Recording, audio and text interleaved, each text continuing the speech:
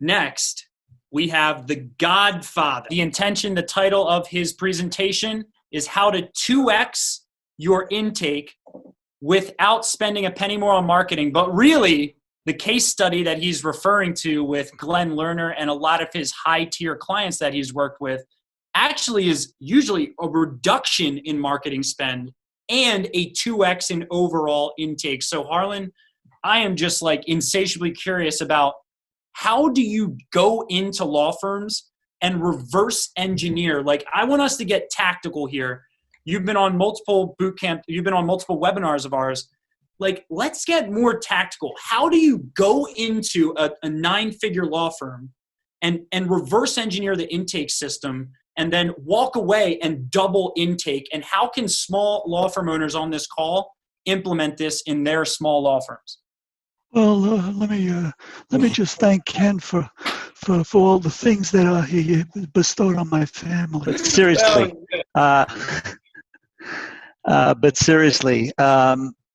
you know, the very, very first thing that you need to get a grip on is your ego and your attitude. And I really, really mean that. You know, if anybody knows me, I'm a broken record about intake and conversion because it really started for me many, many years ago. You know, when I was involved with my agency and clients came to me and simply said, give me more leads. And I said, what'd you do with the last ones? And they, you know, said they weren't any good.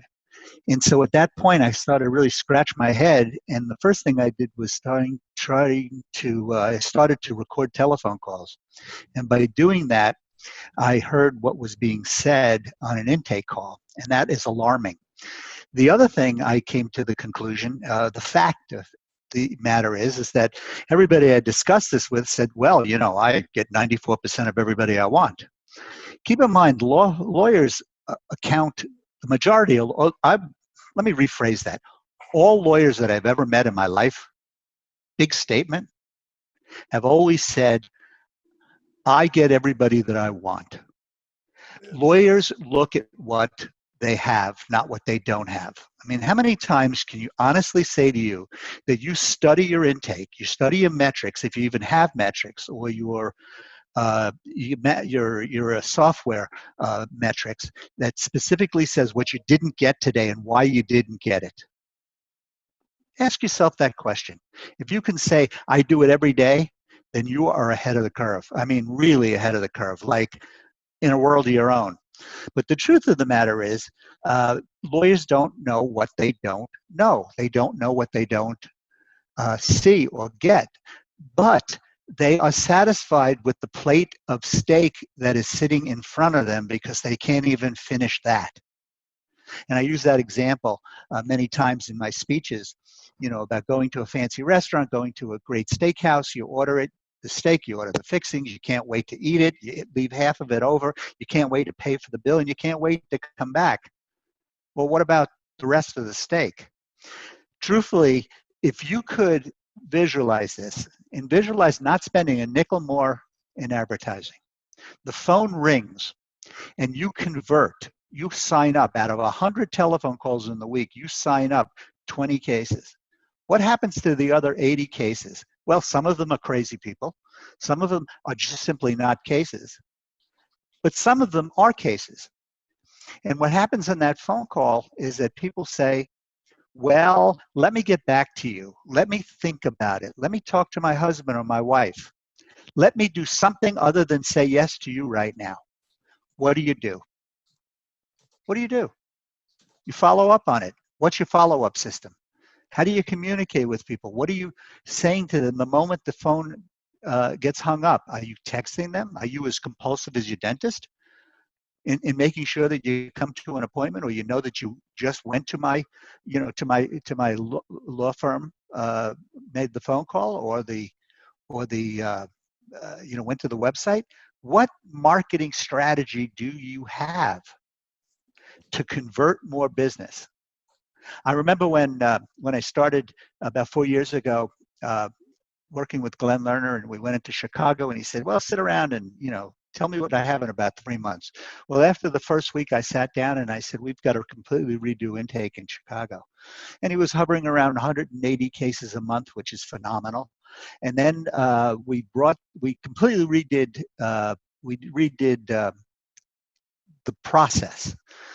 We had 7 or 8 people roaming the streets of Chicago, signing up people, not roaming the street, on appointments. They had to fill out a piece of paper. They had to get in their car at 3 o'clock and bring it to Vanessa Soto, who had to then maybe put it possibly in the CRM using Captora. And that was the process. And boy, he was doing pretty well.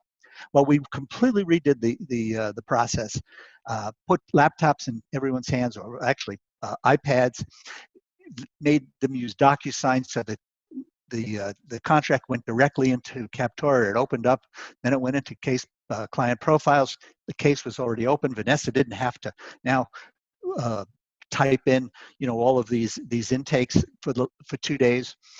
And in 45 days, I think the numbers went up to 300 cases. I believe he also cut the media budget by about $100,000 a month, which was unprecedented. That was a pretty big, bold move. That's what you call net profit. What was the iPad thing that you said? I understand DocuSign. So for anyone who's not following here, DocuSign's e-signature, right? You said the iPad. Well, there's 2 ways you can use DocuSign. And of course, the practice developed into just sending out the DocuSign and walking somebody through it. But initially, the practice was very married to having a sign-up person, in their home to sign them up, answer any questions, go through the laborious process of service, and did very, very well with that. But if you could sign that person up on an iPad and use DocuSign and immediately go into the open up the case, get the case moving right then and there, you've eliminated the paperwork, you've eliminated the traveling into the office, you've eliminated Vanessa having to type it all in and set up the account. What we really did was at 3 o'clock in the afternoon, instead of the rep going into their car and going downtown to give the paper to Vanessa, they went on to another sign-up. Now that's all common sense. But over the years, I really discovered that intake sucks all the way across the board. There isn't one practice that I've ever come across that has great intake. Now, I've come across a lot of practices that do great numbers, that sign up a lot of cases. And we go back to that fat cat syndrome. How much can you handle? Are you fat for the day? But the idea of intake and conversion and increasing your net profit is getting much more without spending more. Now we're really talking about very serious numbers here. If your practice takes in about 400 intakes of calls a month, and you hypothetically sign up 20-30% of that, think about what you didn't sign up. If you could make an increment of 2% more people with those numbers, and your average settlement is about $7,500, do the math. You're putting about $350,000 to $450,000 net in your pocket. So Harlan, right then and there. Here's a question. 2 things. This is awesome stuff. Thank you for the tactics to DocuSign and the synergy between the intake and having that upload into case management. So let's Bill, let me be very clear for a second. The tactic is a process, is having a firm marketing process in place in intake. It's not a function. Yep. So 2 things, follow-up and the phone call itself, Harlan. Tell us about, when someone calls a law firm, how do you balance empathy with energy? Is there an actual script when someone calls a law firm that you've tested that here's what works better, generally speaking, here's what not to ever do on that first call? My belief, if you have to script what intake is with somebody and have to guide them through how to be energetic and empathetic, you got the wrong person in intake. Having a script and understanding a guideline, or having a screen in front of you, knowing that you have to fill out this, fill out that, fill out this.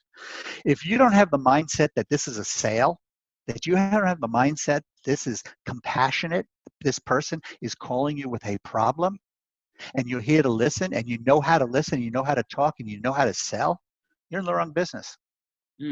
By understanding the process, and the process is not mechanical, the process is human functionality. It is such a human, it's irreplaceable. You can't replace empathy, you can't replace sympathy, you can't compassion and good salesmanship with a mechanical, with software. You can use software to guide you and to keep track of what you're doing, but you've got to really, and I'll go back to what Ken said about hiring the right people and hiring and testing the right personalities.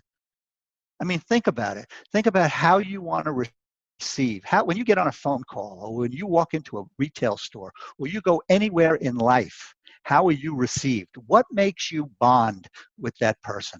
What makes you perk up and say, I think I'm going to listen to their next word? And it's sincerity, it's salesmanship.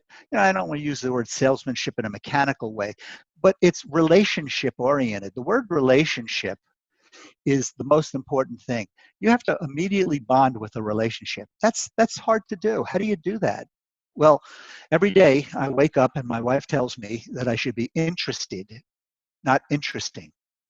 That means I should ask more questions than talk about myself. And what that means is that you have to be interested in the person that you're talking to. You have to understand who you're talking to. You have to understand how to manage the conversation with authority and with compassion. So follow up. This whole intake thing is really about a process. It's a major process. It's not about one thing. It's about how you take that call and you follow that call to conclusion. So talk about follow-up, and then tell us any bit about how people can build that process. So follow-up, and then how can people get started building a process, and what technology should they look into? Well, the first thing you should do is record every telephone call that comes in. And you will hear exactly how you people function, operate. And I can assure you, you will go, oh my God, I can't believe she said that, or he said that, or really, or wow, that was good, but why didn't they just say, can I help you now? You will know everything about recording a call. There's two things when you want to know anything about anybody: you follow the phone records and you follow the money.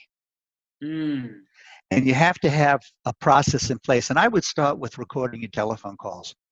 I would also understand and leave your ego at the door and say, something, I think I want to take another visit at this. And I want to figure out what I don't know and what I don't see. Software. It's no secret that I developed Lead Docket, which is considered the premier software in the business. And I did it because I needed it. It was a necessity for me. As an agency operator, I was tired of my clients telling me that they were screwing up what I'm delivering to them, or they're not taking full advantage. It was just completely lame. It was a necessity, to build and be part of something like that. And consequently, what happened was I showed our clients how to make more money, because that's what it's really about.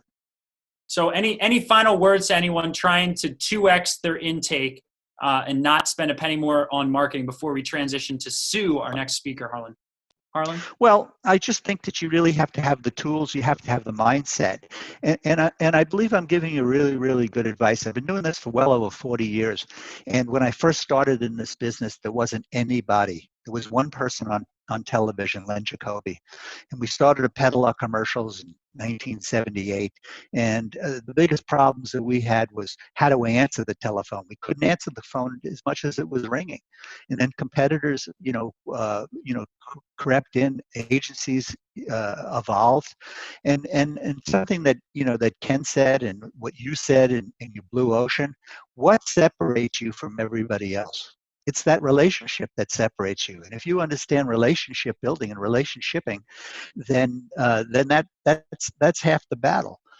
You're a rainmaker as an owner of the law firm. You're not sitting there practicing as much as you used to. And if you are, you're bogged down with files. You're not running the business. The business of law is imperative. I'm going to give a plug to National Trial Lawyers. We started National Trial Lawyers, I think it was about 12 or 13, maybe 14 years ago. And we were sitting at Keith Gibbons' house and with Howard Nations and John Romano and Mark O'Mara. And we came to the conclusion, we were adamant about it actually, that there was no group, there was no association that acknowledged the business of law. Now I'm talking about some pretty great lawyers. And we've got 14,500 members of National Trial Lawyers now, and it is the who's who of lawyers. But every single one of them understands that they're in business. And if you're not in business, you're not going to get to the courthouse. So wake up. It is a business. We all understand it's a business. That's all we've been talking about, is how to create business and deal with business, with the coronavirus. And now think about what you're walking away with after this virus. What is the greatest thing? I personally believe what the biggest takeaway is understanding how to relationship with people. Take Zoom, for instance. We're all somewhat experts on Zoom these days, right? Why wouldn't you want to have a Zoom conference with a client or even just FaceTime? How sensible is that?